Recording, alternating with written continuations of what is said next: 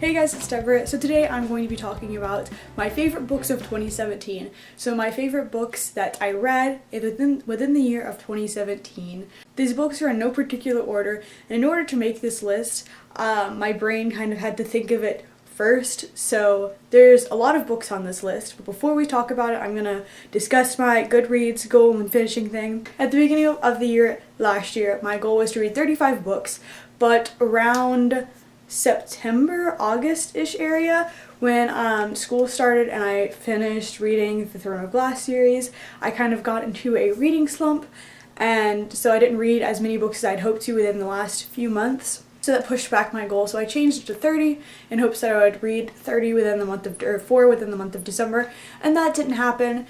So I guess overall I read 27 books out of the 30 that I would have liked to read, or 35 depending on how you look at it. My goal for 2018 is to read a total of 30 books within the year, and if I surpass that, great. If I don't, that's okay too.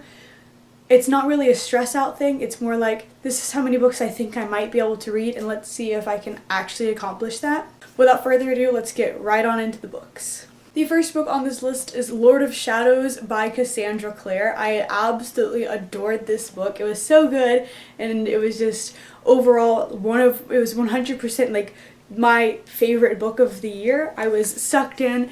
Right after I finished reading it, I just wanted to go through and read it again to pick up on all of the little hints that led to the ending and everything that happened. And I'm still not okay with how this book ended, but it's fine. All of the cliffhangers will hopefully be patched up by the end of the year. I love Emma and Julian's stories. I think they are my favorite of the multiple series in the Shadowhunter world that Cassandra Clare has written. I love Emma and Julian as characters and the family dynamic between Julian's siblings and Emma, and I love Kieran and Christina, and I just love everything about this book.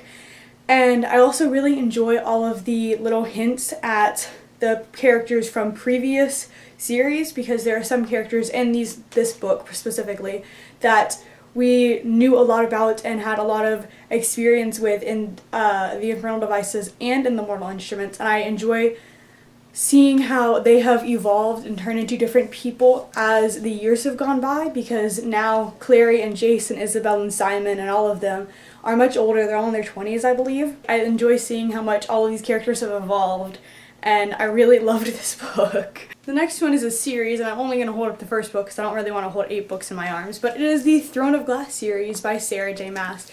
I absolutely adored these books. They follow a great assassin named Selena Sardothian, and it is just so good. The first book set a tone for the story, except it takes completely different twists as the story unfolds and evolves, and by the end, it's like the main goal at the end of this book has nothing to do with the goal at the end of Tower of Dawn and Empire of Storms. I adore this series and all of these characters. They make my heart flutter. I love Rowan and Kale and Dorian and Manon, whatever, however you pronounce that, and Lysandra and Dorian and Aelin, and just I love all of the characters in this book so very much, and I enjoyed reading these a lot. They were all just really well written and really great to read overall. I'm really happy that I finally got around to reading the series, because I've been hearing about it for like the last 2 years on BookTube, and I've known that I wanted to read it, but I didn't really know what it was about. I got it last year for my birthday, and I finally read it, and I love it so very much. It was so good. This next book just had to be on this list, and it is Simon versus the Homo Sapiens Agenda. I read the majority of this book in a day. I'd read like the first 50 pages maybe throughout the course of like 2 weeks prior, and then one day I just started reading it and I got into it and I powered through the whole thing, and it was so good. It's one of those books that was just really fast paced. It made me giddy with happiness. It was so fantastic. It follows a 16-year-old who is gay and is still in the closet. He has a friend that he met online that goes to his school, but they're both under code names, and it's just really well written, and I really enjoyed it, and it's like beautiful, and the story is wonderful, and I really, really loved this book like a lot. I'm never really in the mood for contemporaries. When I finished this one, I just wanted to read another contemporary that made me super happy, and so I did. The next book that made my favorites list for 2017 was It's Kind of a Funny Story by Ned Vizzini. I have owned this book for many years, and it has been on just about every TBR video that I've ever done, and it was wonderful once I finally got around to reading it. The main character is a very depressed freshman in high school, and it's him as he checks himself into a mental hospital because he is about to go kill himself in a literal form, and it's him going through the experiences within the mental hospital and learning about all of the people that are there and engaging in conversation with them.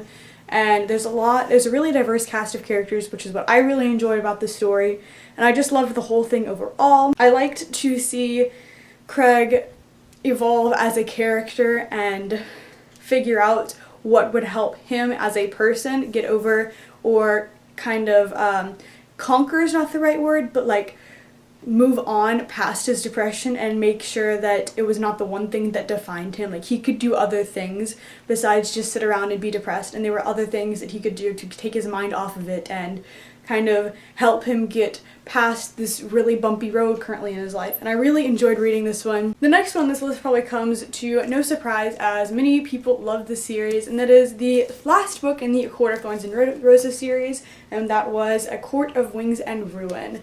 If you haven't read the series, get on it. You know, just do it. It's wonderful. It's about fays that kidnap the main character named Feyre, and Sarah J Maas's books always start out with one goal, and then the goal completely, like, it does a complete 180 and the story totally changes, and this was so good. I'm super excited for the next book, the novella that comes out, so that we can turn off into our spin-off series about the characters and everything, and I'm really excited. I loved going back into this world and learning more about the characters that we were introduced to in ACOMAF and ACOTAR, and finding more out about them and the character development that happened within a lot of these characters and how much they were able to change throughout the sequence of events that went down within this book and within the last one. I was really happy with how it turned out. I was sobbing for a majority of the last few pages.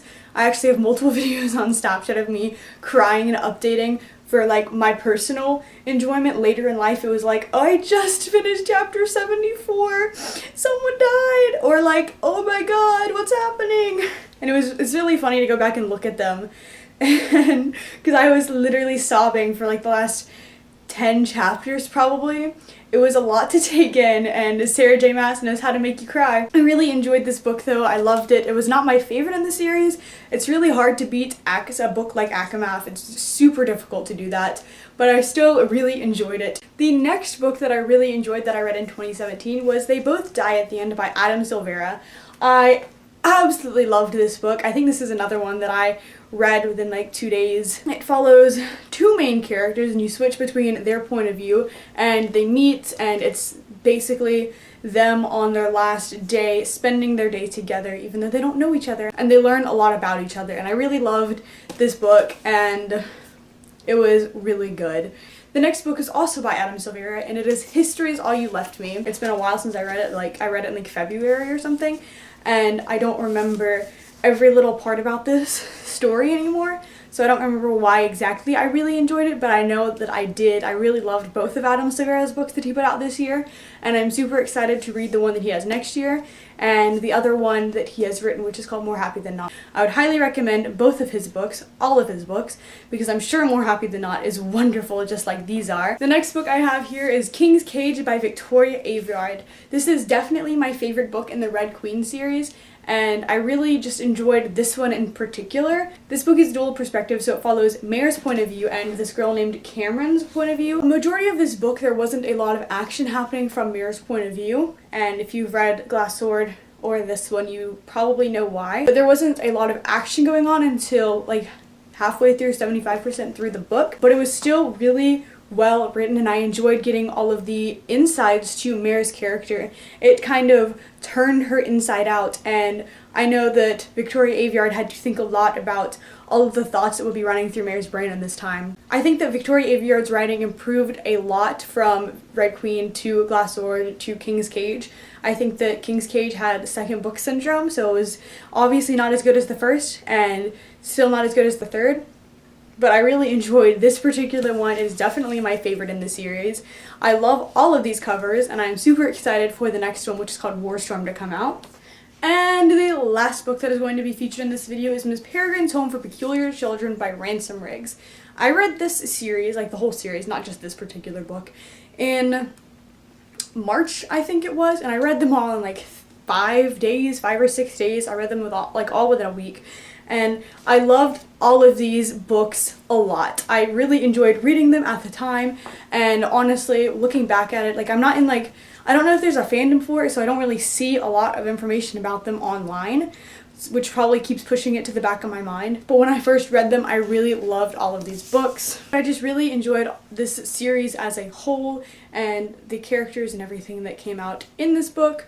So this is definitely on the list. It's not as high up there as some of the others are, but I really enjoyed reading this when I went through them. This is actually the last book now. It is Aristotle and Dante Discover the Secrets of the Universe by Benjamin Alaray Sines. I read this whole book in one day. I read it for the readathon that me and a lot of my friends hosted. I have a vlog that should be coming out soon, or is already out. If it is, I'll link it up here. If it's not, you'll see it eventually. This book follows two boys, and in the 80s, I want to say it takes place in. It was just wonderful. It was so well written. I enjoyed it a lot.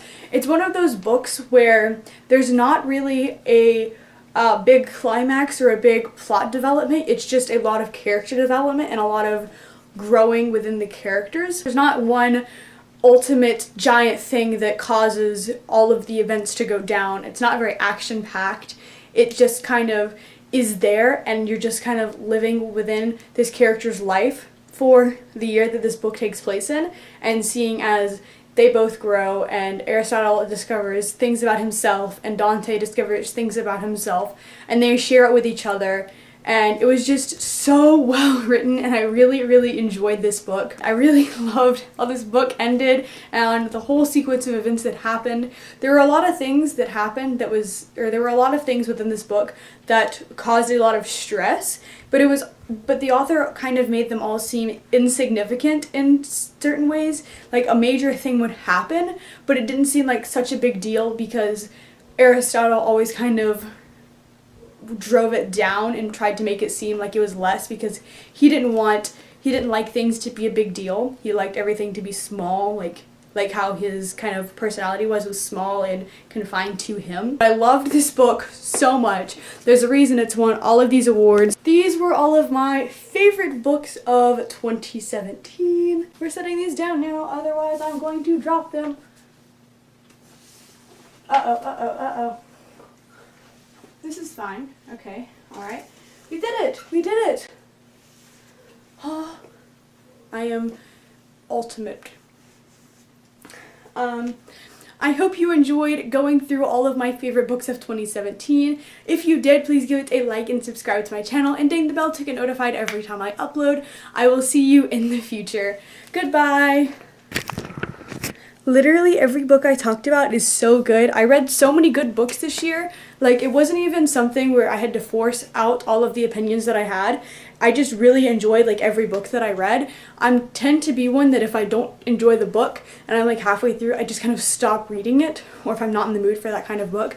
That way I don't DNF it or anything like that. I only buy books that I know that I will specifically enjoy reading, because I know my book taste pretty well, and I know a lot of other people's book taste that I tend to follow after. So anyways, none of these opinions were fake. I am 100% certain of that and wanted you to know. I really enjoyed all of these books and all of that fun stuff. So, yeah.